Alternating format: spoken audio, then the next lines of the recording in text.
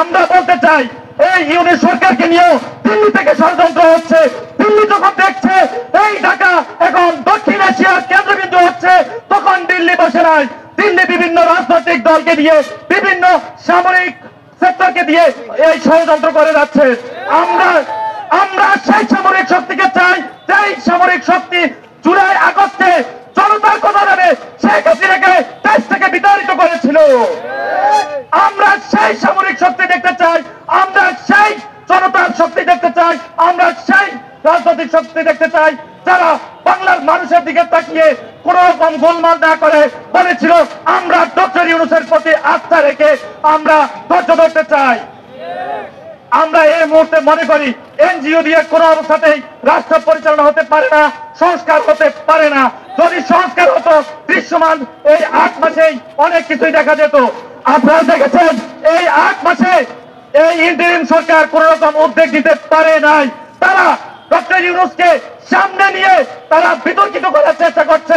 বিনিময়ে তারা এবং আসিফ নজরুল সহ বিভিন্ন সংস্থা, আসিফ মাহমুদ সহ সজীব ভুঁইয়ার, এপিএ সহ বিভিন্ন ভাবে তারা নিজেদের পকেট ভারী করছে। পক্ষান্তরে রাষ্ট্রকে তারা একেবারে তলাবিহীন ঝুড়িতে পরিণত করছে।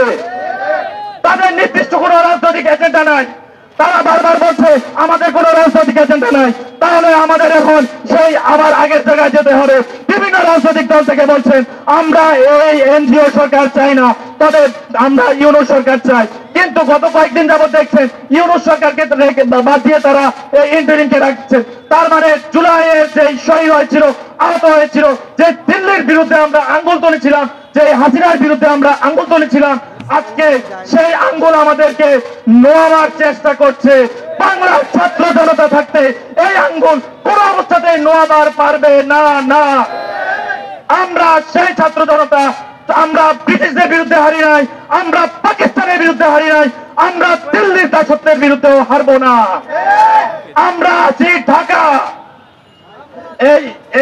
এই মুহূর্তে আমরা বলে ক্লারিফিকেশন করে দিতে চাই, আমাদের যে মার্চ ফর ইউনূস এটা নির্দিষ্ট কোন রাজনৈতিক দলের নয়, নির্দিষ্ট কোন সংগঠনের নয়।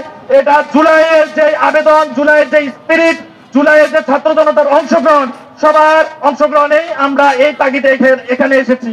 তাই আমরা এখানে শুধুমাত্র মানববন্ধন বা এরকম না, আমরা জনভোগান্তি যেন না হয় সেই কথা বিবেচনা করে আমরা এখানে অবস্থান কর্মসূচি করব। আমরা সকল ভাইতে আমাদের সাথে যারা আছেন তাদেরকে অনুরোধ করব আপনারা ব্যানারটাকে একটা পাশে নিয়ে বসে পড়ুন এবং সকল রাজনৈতিক দলকে বলবো আপনারা আলোচনা করুন, বসুন। ডক্টর ইউনূস স্যারকে আপনারা সময় দিন, প্রয়োজনে বিতর্কিত রাষ্ট্রপতিকে দ্রুত সময়ে অপসারণ করে আপনারা ডক্টর ইউনূস স্যারকে রাষ্ট্রপতি হিসাবে মনোনীত করে একটি শক্তিশালী জাতীয় সরকার গঠন করে রাষ্ট্র পরিচালনা করুন, যেখানে আওয়ামী লীগের বিচার সম্পূর্ণ হওয়ার পর আগামী নির্বাচন অনুষ্ঠিত হবে। সেখানে কোনো রাজনৈতিক বিতর্ক থাকবে না। সকল নির্যাতিত রাজনৈতিক দলের অংশগ্রহণে আমরা জাতীয় সরকার চাই। আমরা বৈষম্য বিরোধী আন্দোলনের মতো নিজেদের আগে কোথাতে এখানে আসি নাই। আমরা এসেছি দেশ ও ছাত্র জনতার ক্ষুধার তাগিদে, জনতার আবেদনের পূরণের দাবিতে। তাই আমরা বলে দিতে চাই আমরা জাতীয় সরকার হোক যাই হোক কোনো কিছুতে আমাদের নাই। আমাদের দাবি রাষ্ট্রতে যেন দিল্লি কোনোভাবে আগ্রাসন পুনরায় না চালাতে পারে।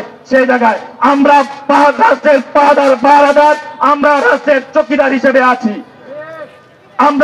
আমি এখন আমার বক্তব্য শেষ করব, তার আগে বলবো একটা স্লোগান দিব, ইউনূস তুমি ঐক্য করো, বাংলাদেশ রক্ষা করো। ইউনূস তুমি ঐক্য করো, বাংলাদেশ রক্ষা করো। ইউনূস তুমি ঐক্য করো, বাংলাদেশ রক্ষা করো। ইউনূস তুমি ঐক্য করো, বাংলাদেশ রক্ষা করো। ইউনূস তুমি ঐক্য করো, বাংলাদেশ রক্ষা করো। বাংলাদেশ রক্ষা করো। ইউনূস তুমি ঐক্য করো। পাশের লাঠি তৈরি করো। ইউনূস তুমি ঐক্য করো। বাংলাদেশ তৈরি করো। ইউনূস তুমি ঐক্য করো। পাশের লাঠি তৈরি করো। ইউনূস তুমি ঐক্য করো। বাংলাদেশ রক্ষা করো। ইউনূস তুমি ঐক্য করো। ইউনূস তুমি ঐক্য করো। বাংলাদেশ রক্ষা করো। আমরা এখন সবাই বসে